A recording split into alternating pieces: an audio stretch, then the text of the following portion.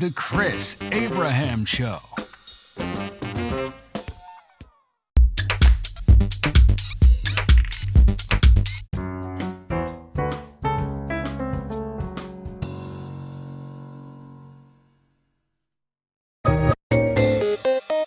Hey there, this is Chris Abraham. This is the Chris Abraham Show. My name is Chris Abraham, and I think it is episode 32 of season 6, but let me check. Yes, season 6, episode 32 of the Chris Abraham Show. My name's Chris Abraham. I'm happy to be here. And let's see if I can pull my shit together here. You mother. Okay.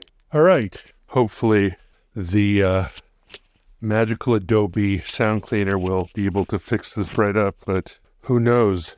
I do not know. Welcome to episode 32, 32, or 32, 32. Je sais pas. Mi amo Cristobal. Je m'appelle Christophe. I am going to play mind games today. Today's mind game is the concept that the global climate crisis is smokescreen for end of days, plagues upon the earth, and that there are many ways to look at this. For example, the evangelical Christians and Christians of the world believe that all paranormal, all UFO, all alien, all everything that is blamed on, Anyway, I will talk to you in a second. Good morning. The West of the Iraq. Beer one. Well, yes. Helgacho, of course, was to God morning, some singer, so my papa. Well, he's important here, but it's but I don't know about it. Then Clinton is not a put of open waters and stay and go me, even though it. They so whatever you have to know. Those we covered it. And Have a good day. Rather you. Hey, Mayor. Todo bien? Yes. Feliz Navidad. Yeah, that is not how after mine. Sorry? Ian talked to Santa last night. He did? Yeah, my neighbor from across the hallway. Oh. Calling Santa. But not Papa or Dada? Not Daddy? Is it mommy, mom, and daddy? Yes, mommy, mom, and dad. You have a good day. It's nice to see you as always. What did he ask for? He was Superman, Aquaman, Batman, All the superheroes. exactly, for the movie Super Pets. So he loved that. And he wants Waterboy from the movie Elements, but it's no toys for that. So I ordered a picture. Cool. Well, good. It's a stationary bicycle, so he can learn 40 days, so he can get it. I can't imagine Christmas not being awesome with you as his mom. Well, it's really windy today, so I don't know whether this will be listenable even through the Adobe tool. It's really windy, but it's beautiful out. It's in the low 30s right now and windy, but I've got my boiled wool Filson shooting jacket on, so I'm pretty comfortable.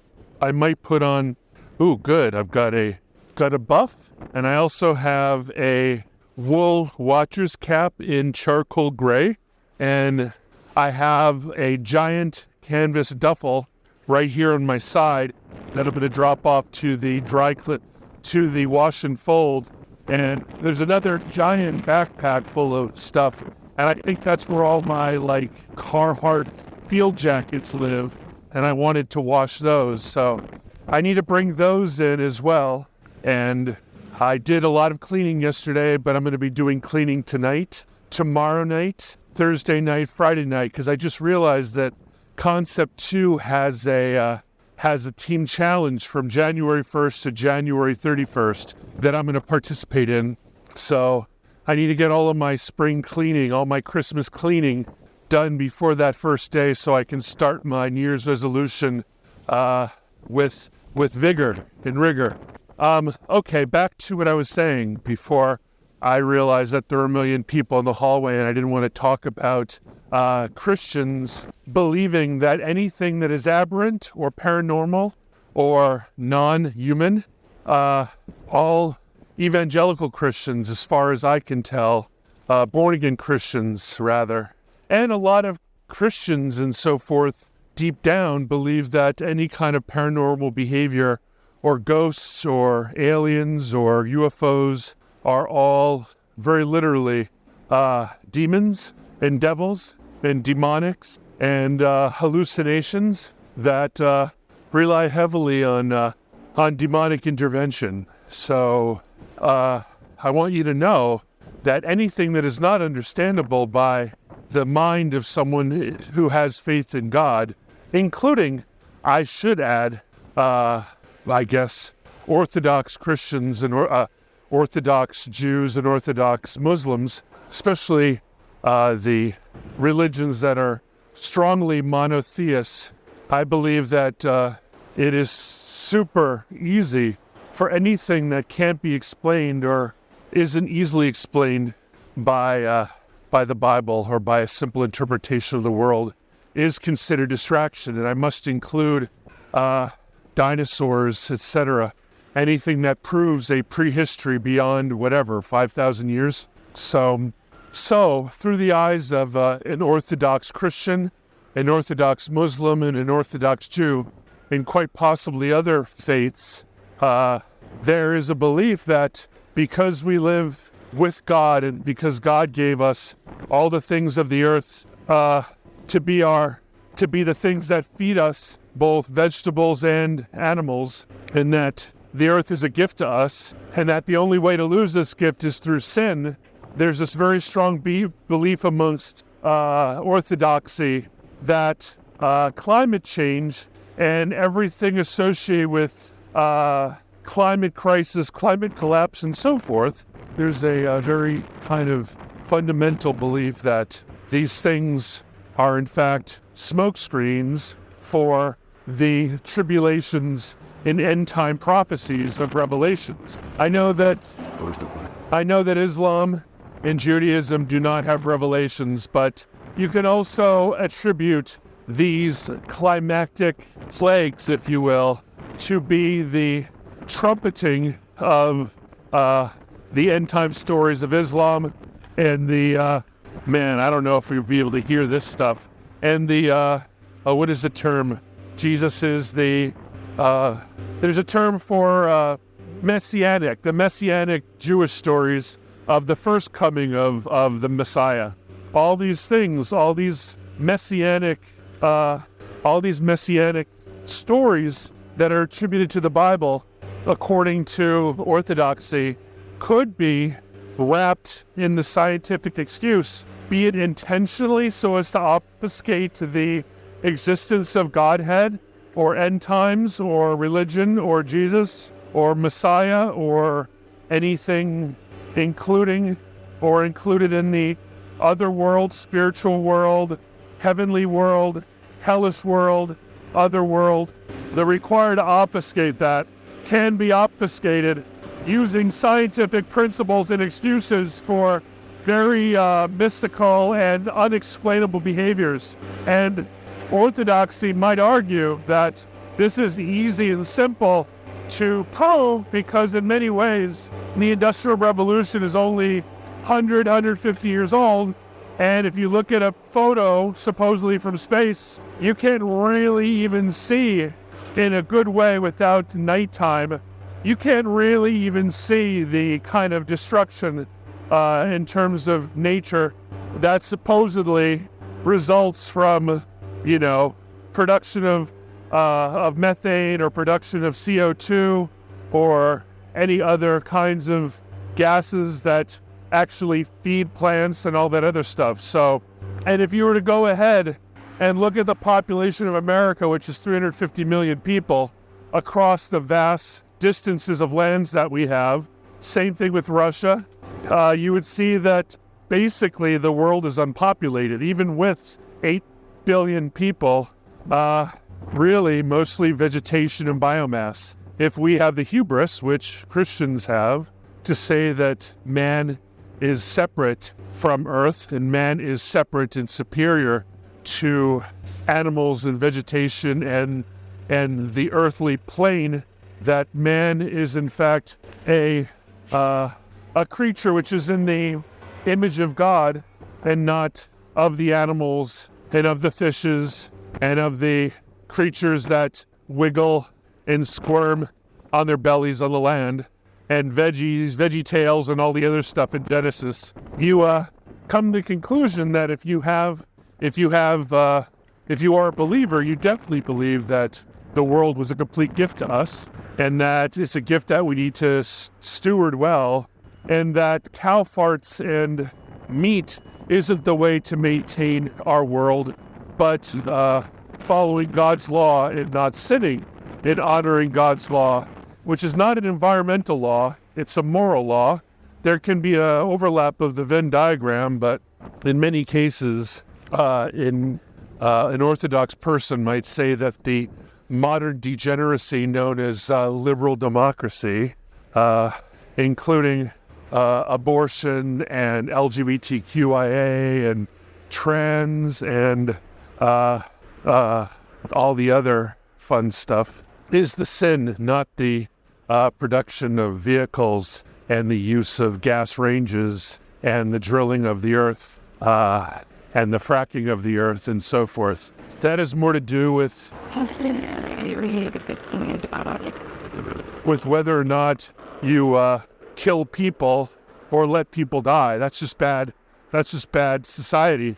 On the other hand, the concept of these, I guess, proto-Leviticus type things, the kind of breaking of the laws of the Ten Commandments of the Ten Commandments of the Godhead, of the laws against God, of the unwillingness to believe, and the willingness to sin, the willingness to reject even the existence of God, is that which creates not a flood, because God promised no more floods, but a death by fire, a flood of fire, an end times of fire. So Orthodoxy says, well, your climate crisis is not inconsistent with a death by fire. Ergo, you are either obfuscating your true belief in a God and a God's will and a God's plan, or you are in such deep denial that you're looking for any other excuse to explain why the little actions of man over 100 years, over 150 years, has resulted in catastrophic and unexplainable weather, heating, melting events, and you're having a hard time selling it. So that is what's happening. There's that kind of obfuscation, the feeling that, hello, hola, hi. Now I don't recognize you outside the library. I do, of course I do. It's not rude today. Yes. It was just sitting there, so I decided to bring it. Even if it doesn't hit the minimum, I'm okay with that. And you have my card. Thank you. You were awesome. It has my name on the side, so you can't, but it doesn't have the phone number. You have a good day. Gracias. Ciao. So like based on the theory of Bible end times, every time that Klaus Schwab and the World Economic Forum and the COP28 and all these other people exacerbate natural climate behaviors as a catastrophic near-term future that will result of all peoples dying in a hail of unlivable global natural Gaia catastrophe made by man, made by the cancer known as man through overpopulation and cow farts and oil petrodollar and wars and so forth, and attributing humanistic action and reaction is either a way of convincing the cult of science as to what's happening, finding, holy shit, what's going on, and then finding a scientific method to there, or it is, like I said, a demonic perceived by the believers, by orthodoxy, by monotheistic orthodoxy, and maybe even all believers that, because even pagan sun worshippers and even animists and polytheists believe that in many cases, to turn against the will of God, whether it's Ra or Yahweh or Baal or Shiva or Ganesh, to turn against the law of the faith and the belief and to not be obedient enough, or to not commit enough love, worship, reverence, subservience, and resource in sacrifice, whether it's blood or burning or money or prayer, to the deity, will result in the smiting, and will result in the flood, and will result in the destruction, rather than the minuscule effect that man has had over the last 100 years. No matter how ugly it seems, the earth is a giant filter. The earth is a giant bottom feeder. It's a giant filter feeder. It is a giant liver, and its job is to take waste and turn it into food. There are any number of active armors in the biosphere known as Earth, and it's a hell of a lot more durable than petrochemicals, and in many cases, evangelicals also think that this is a plot to monetize. Why not, if you can monetize God's wrath, right? If you can take a little bit of God's wrath and turn it into green by saying, well, the reason why God's wrath is happening is it's actually global warming, and we can fix it by buying Chinese EVs, then why the hell not, right? It's all good. My favorite thing about this podcast is that 7 people listen to it every week or every episode. It's so reassuring, you know what I mean? It's incredible to think that so much effort is given to something that doesn't mean anything to anybody. And I'm extremely amused by that. Let's see. I need to get through today. So 3 for $8 of sugar-free Red Bull. I'm playing it wild. So bear with me. This is actually pre-caffeination, so I think that you're probably okay with regards to my future madness at the hands of whatever taurine is, and however it's going to affect me. So I'm going to go to the register now, and we'll see. I'm going to keep on recording until I get to the library, so you have that to look forward to. What do you think? Are you a believer? What do you believe? I love the fact that the Koreans and the Salvadorians and Guatemalans in my building adore El Señor. And everybody I'm meeting now is very much not a Católica, but an evangelical Christian, which is highly amusing. And I've been taking their advice and listening to sermons and stuff, and it's really fun. But that was so cool. I think you did a couple of minutes before. How many hours you did it? Yes. Oh, yes, so this. I don't have a please. One more problem, please, dear. May I have a bag, please? May I have a bag, please? I don't say one bag. This one number doesn't work. Okay, let me try again. But if I look at this, I have a line. What's the name? Johnny, yes. 2 bags. Oh, sorry, I was too late. 1 is fine. One. I think so. I mean, I left the other day and there was a hole in the bottom almost immediately. So maybe if you can give me 2, that would be better. Okay, no problem. Thank you. Thank you. Appreciate it. Thank you. TTD 75. All right, I had already swiped, but that's okay. I'm sure that this isn't the worst system ever. The store really has to walk into the 21st century. It's really crazy. I feel like it's 1994. Feels like pre-internet. Thank you. You too. Walgreens, man. This Walgreens is like so shitty. I don't even know why I use it. Fucking hell, man. We fucking see you. Jesus, do you really need a backup signal that loud? What the fuck is wrong with you? It's the worst. Anyway, there's no self-checkout. There's no nothing. They barely have any employees. I feel like it's 90% pharmacy, because they've got a drive-through pharmacy, and there's always a car waiting. So I assume Walgreens only exists as a pharmacy, and that it really doesn't want to sell anything else, because there's usually one barely English-speaking person dawdling around. The store's completely empty. There's no self-checkout. There's no choice. Man, Walgreens is terrible. I don't want to smite them, though. I think it's fine. No smiting today.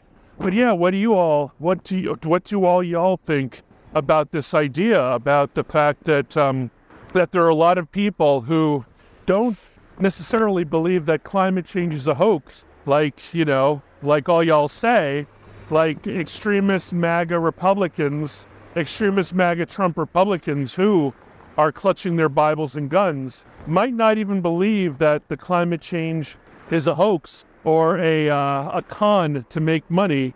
They really, most of them believe that dinosaurs are demons, UFOs are demons, ghosts are demons, Bigfoots are demons.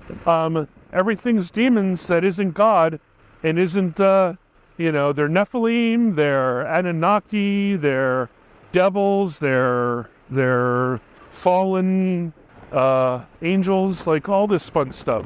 So if you come from a place where it's not that you believe that climate crisis is a hoax, it's coming from a place where, Have this in. Add this in. Sweet. Let's call.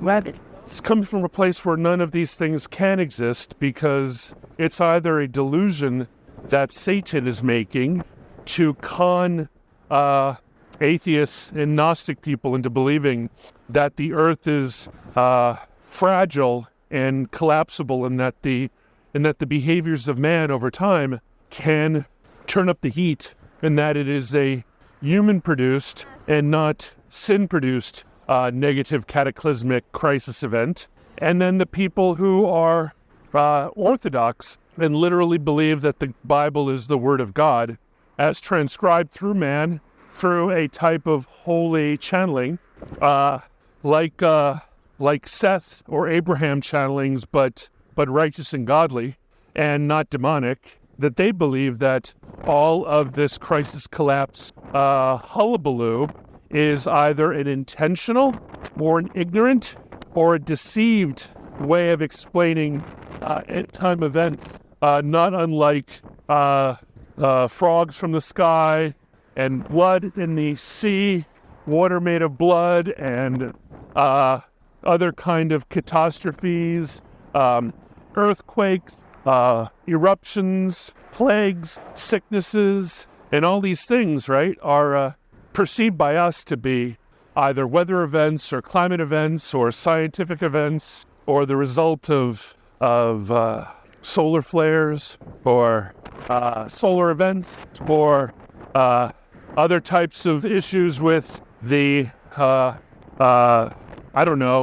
magnetic events in our atmosphere. Don't forget that people who really believe don't even believe that there is space outside the firmament.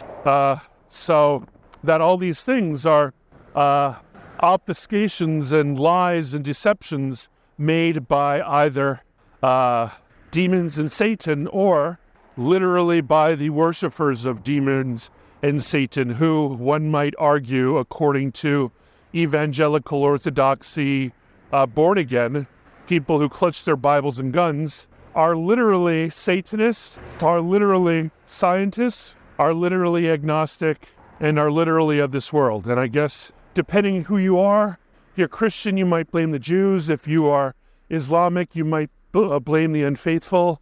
If you are, it's just crazy all the way down. So while I fancy myself a very lax Episcopalian, I used to be on the vestry of my Episcopal church. And while we were secular Christians, and by that I mean the Bible is a metaphorical, allegorical story to explain the world to people with 8 brains, there are many people who are very literal about it. And while I read Genesis as a beautiful interpretation of what was, in fact, a type of Big Bang and a coagulant, a coming together of space debris and space dust into... Sorry, I took the easiest. Is this open or closed? Oh, wow, what happened? Oh, fuck, my knee is acting up. Why is it closed today? Do you know? Oh, 10. Oh, 12 on Tuesday. Oh, see? Oh, my gosh. Thank you. My head is on a schedule. Hey, well, it looks like the cafe isn't open till noon today, alas. So I will go over to Idito's. So we have... I guess the reason why I'm talking about this today is that there was a woman on Coast to Coast last night who was talking about numbers and numerology and all that other kind of stuff. And since I've been talking to a lot of Christians lately, I've been thinking about that because in Hawaii, things are very, very, very fluid. There seems to be a what is it called? A cold war, a soft war between Christianity and animism and paganism and polytheism, including a funny story. I swear to God, James Chan told me when we were kids that he was in his bedroom of his Chinese family and his Chinese grandmother lived above him and he would sleep at night. And he was always annoyed because outside his window there was the sound of partying. I think he portrayed it sound like kind of like a cocktail dinner party. But then whenever he would look outside the window, he would just see the house next door completely dark, and there wasn't any cocktail party or merrymaking happening across from him. And this happened enough times that he really became scared, right? He couldn't find the source of this merrymaking and celebrating. And so according to him, he hunkered down and said a deep prayer asking Christ to protect him and asking Christ to dispel anything ungodly and to send it away, send it asunder. And he said, and I might be making this up because I asked him and he said he never anything happened such as that. Might have been Miles, might have been, I don't know. Could have been, who could it have been? David? I don't know. But anyway, I went away, and the next day over breakfast, it was a terrible breakfast because Grandma was so pissed that little Jimmy Chan invoked Jesus to send away her Shinto ancestors. And can you imagine that conversation? JC versus, not Shinto. Shinto is Japanese, I apologize. But her Buddhist or whatever, her Chinese ancestors that she worshipped as part of her belief system and who were evidently very present in her living life and manifesting in a way that people around you can hear and experience, not just in a hyperphantic kind of delusional, hallucinatory kind of way that one would assume would happen if it were merely inside one's head, right? So this happens all the time. Whenever we talk about, what is the term? Santeria. You hear about how Santeria was just replacement therapy using Catholic Trinity and the saints and Mary as a way of disguising West African animist pagan gods and idols. Trickster gods, etc. Esu Elegbra, Eshu, and all that other fun stuff. And so that happened in Hawaii too, right? Madame Pele was disguised as Mary, Mother of God. And, maybe Maui was Jesus and maybe this, maybe that, right?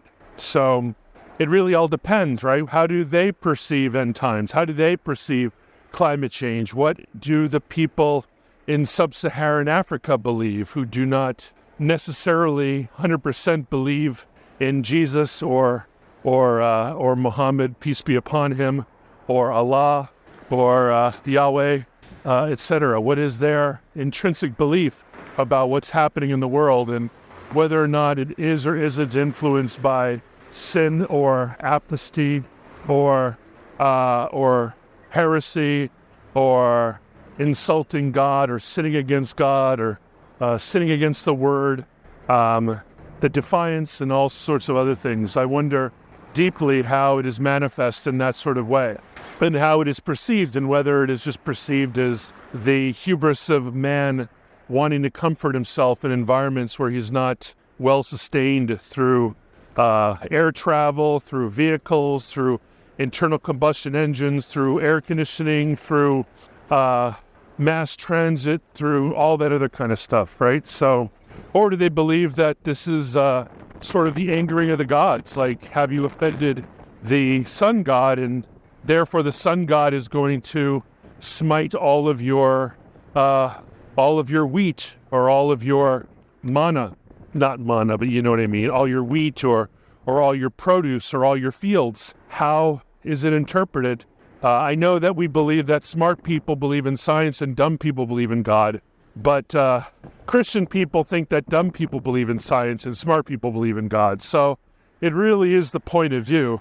And I bet you people in pagan worlds who still believe in pagan gods believe that we are lost, that we have lost our way, that we are worshiping false idols instead of them, and that our false idols are money and beauty and youth and power and strength and sex and pleasure. So those are the modern virtues. And so what is your opinion of that? What do you think? I know that most of you either believe in JC, praise him, hallelujah, or you call all y'all gods and goddesses, you call them all sky daddies and sky mommies. And if you guys have high fantasia and you can hallucinate all the time, I don't know how all y'all don't believe in gods and goddesses and all that other fun stuff. Man, if I could just see one clear sign as opposed to relying so heavily on coincidence, serendipity, happenstance, and dumb luck, and then interpret those tea leaves accordingly, interpret those chicken bones accordingly, then things would be much, much easier for me. Anyway, this is season 6, episode 32, 22, sorry, 30, 32, 32,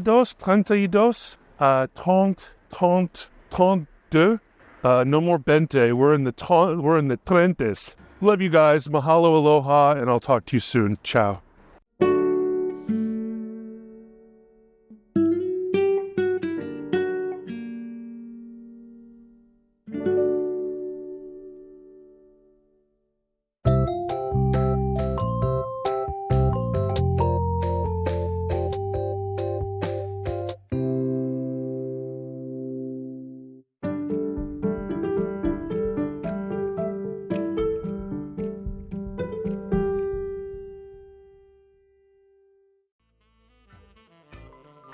Thank you for listening to The Chris Abraham Show.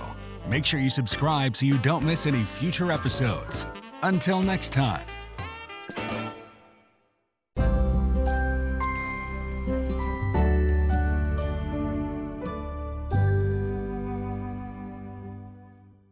Thank you.